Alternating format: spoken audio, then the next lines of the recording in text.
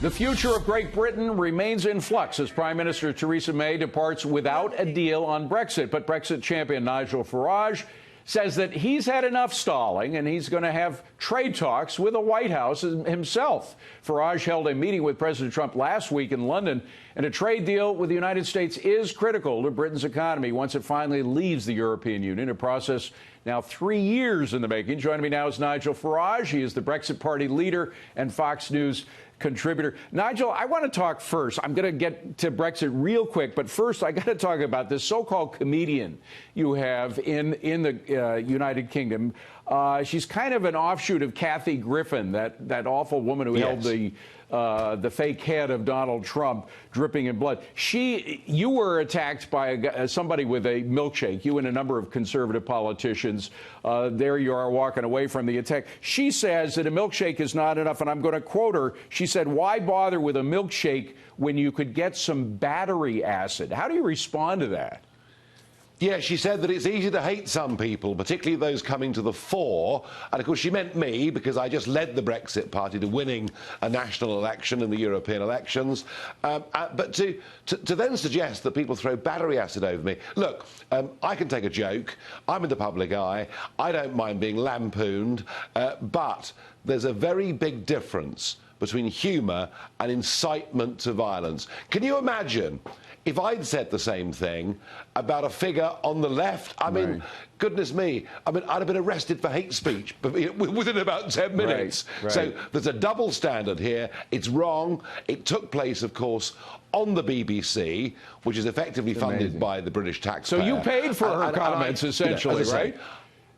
Yeah, I can take a joke, but this is way beyond a joke, in my opinion. In fact, frankly, I think her comments are disgusting. All right. Well, perhaps one reason that you're getting these really hateful comments is because you've been so successful. I can't think of any brand new party that received a 32% share of a major vote. This is the European vote. You guys, you have a Brexit Party. It is brand new, and you got a 32% share of the vote. Does this give you a seat at the table to discuss how Brexit is going to happen?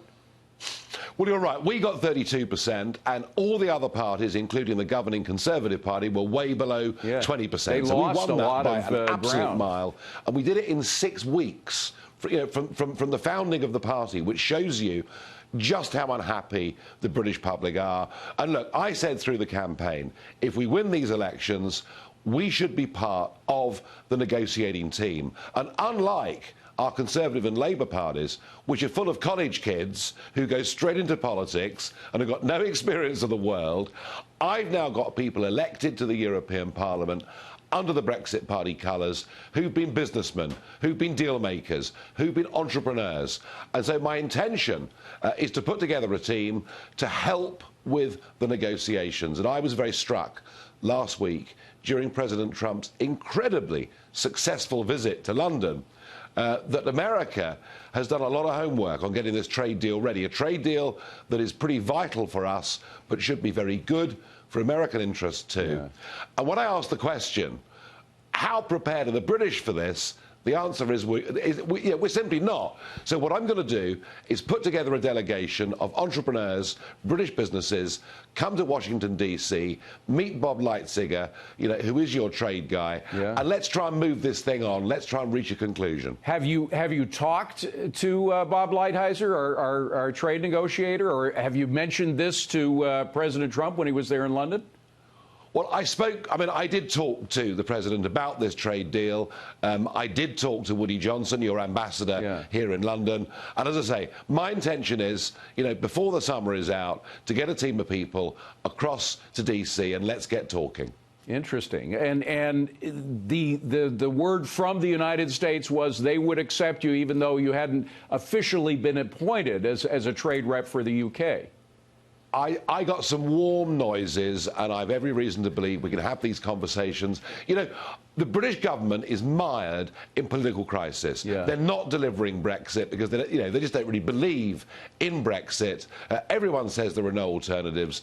I believe that we can create a good positive alternative here that says the UK and America have got a great future together. And if we can get rid of some of those barriers, some of those regulatory barriers, do you know what? We can do a whole load more business together. Okay. And the sooner we start talking Nigel, about this, the more the European Union will realise that actually we do have alternatives to being governed by those bureaucrats in Brussels. I'm getting a hard rap, but I just have to ask you, the French think that you still owe them $40 billion, to which you say what?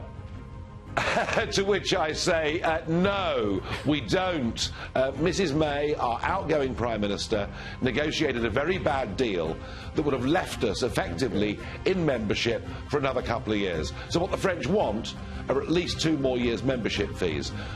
British law states that we're now leaving on the 31st of October. Okay. We should leave on that date, and frankly, the way they've mismanaged our money over the last 20 years, not having any proper accounts signed off, we don't owe them a bean.